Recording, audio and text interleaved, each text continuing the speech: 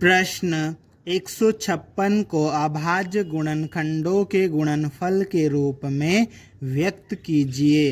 इस प्रश्न में हमें 156 को अभाज्य गुणनखंडों के गुणनफल के रूप में लिखना है। ठीक है, इस प्रश्न को हल करने के लिए लिखेंगे हम हल, उसके बाद में इस तरह से लाइन खींच लेंगे और यहाँ पर 156 लिख लेंगे और इसके अभाज्य गुणनखंड ज्ञात करेंगे।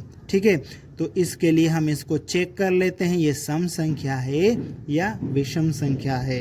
तो देखो, वो संख्याएं जिसका इकाई अंक 2, 4, 6, 8, 0 होता है सम संख्याएं कहलाती है, तथा ऐसी संख्याएं जिनका इकाई अंक 1, 3, 5, 7, 9 होता है विषम संख्याएं कहलाती है।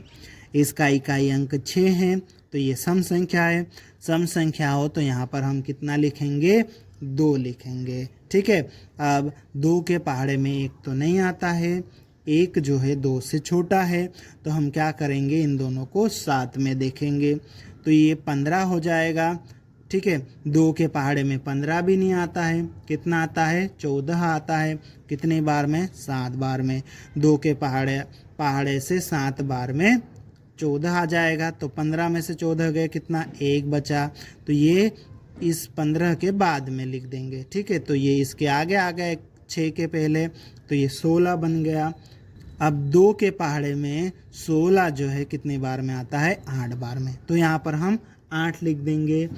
ये 78 है, इसका इकाई अंक 8 है, तो ये भी सम संख्या है, तो दोबारा हम 2 लिख लेंगे। ठीक है, अब 2 के पहाड़े में 7 नहीं आता है, कितना आता है? 6। कितनी बार में? 3 बार में। 7 में से 6 गया, कितना बचा? 1। यह बन गया 18। 2 के पहाड़े में 18 कितनी बार में आता है? 9 बार में। अब यहाँ पर ये 39 आ गया, इसका इकाई अंक 9 है, तो ये विषम संख्या है, तो यहाँ पर हम 2 नहीं लिख सकते, तो क्या लिखेंगे हम? 3, 5, 7, इसके बाद की जो भी अभाज्य संख्या है वो हम यहाँ पर लिख सकते हैं। ठीक है, हम चेक करेंगे कि ये किसके पहाड़े में आएगा।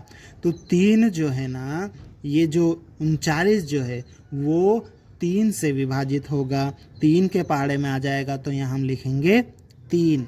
3 के पहाड़े में 3 कितनी बार में आएगा? 1 बार में आ जाएगा। ठीक है, 3 के पहाड़े में 9 कितनी बार में आ जाएगा? 3 बार में आ जाएगा। ये 13 बन गया। ये 13 जो है ये तो खुद 13 के पहाड़े में आता है, तो यहाँ 13 लिखेंगे।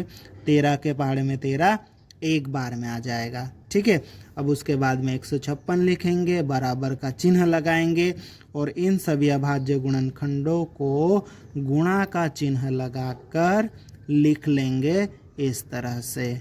ठीक है, अब देखो यहाँ पर 2 कितनी बार आया है? 2 बार, तो ये 2 की घात 2 हो जाएगा। गुणे तो 3 कितनी बार आया है? 1 बार, तो ये 3 की घात 1। गुणे 13 कितनी बार आया है? 1 बार, तो 13 की घात 1। इस तरह से 56 के अभाज्य गुणनखंड 2 की घात 2 गुणे 3 की घात 1 गुणे 13 की घात 1 हो जाएगा और यही हमारा उत्तर है।